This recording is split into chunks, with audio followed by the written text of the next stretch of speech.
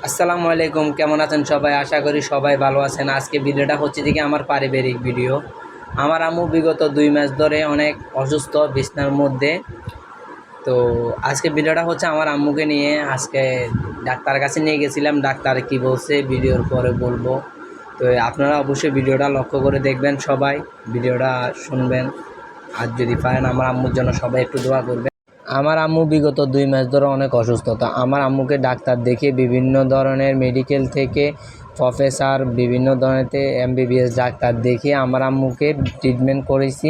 তো এই দুই মাস পর আমার আম্মু 4 দিন ধরে অনেক গুরুতর, অনেক অসুস্থ। আমার আম্মুকে চট্টগ্রাম মেডিকেল কলেজ হাসপাতালে ভর্তি ছিল আমার আম্মু। সেখানে আমার আম্মুকে অ্যালাউ করেনি। তারপর আমরা নিয়ে গেলাম চট্টগ্রাম চকবাজার মেডিকেলে। সেখানে আমার আম্মু 4 দিন ভর্তি ছিল।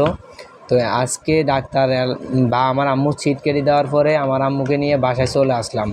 বাসায় আসার পর আমাদের এখানে একটা চকবাজার মেডিকেলে প্রফেসর প্রাইভেট ক্লিনিকে, সেখানে ডাক্তার দেখিয়েছি।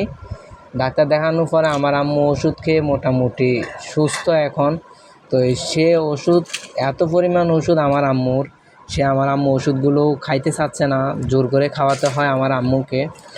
তো আমার ডাক্তার বলেছেন এই চিকিৎসা হচ্ছে দেখে আমার আম্মুর শেষ চিকিৎসা, এর উপর আর কোনো চিকিৎসা নেই। আমার আম্মুর হাড়ে এক সাইড পুরোটা ব্লক হয়ে গেছে, সেখানে 3টা রিং বসানোর প্রয়োজন। ডাক্তার বলছে যে কি এক একটা রিংয়ের দাম প্রায় 3 লাখ টাকা করে পড়বে। তো আমরা সে পরিস্থিতিতে পরবর্তীতে কি করা যায় সেটা নিয়ে ভাববো। তাছাড়াও আমার আম্মুর লিভারে ইনফেকশন, তারপর হচ্ছে যে কি হার্টের সমস্যা, এরপর তার ডায়াবেটিস বাড়তি, রক্ত শূন্যতা, কিডনিতে পয়েন্ট আছে 1.50 পয়েন্ট, কিডনিতে পয়েন্ট আছে আমার আম্মুর। তো দেখি আল্লাহ যা করে ভালোর জন্য করে। পরবর্তীতে কি করতে হবে সেটা আমরা সবাই মিলে, আমার বোন 3জন আছে, সবাই মিলে আমার আম্মুকে দেখি কি করা যায়। এ হচ্ছে আমার আম্মুর হার্টের এক্সরা, এটা হচ্ছে আমার আম্মু হার্টের এক্সরা। তো আল্লাহর রহমতে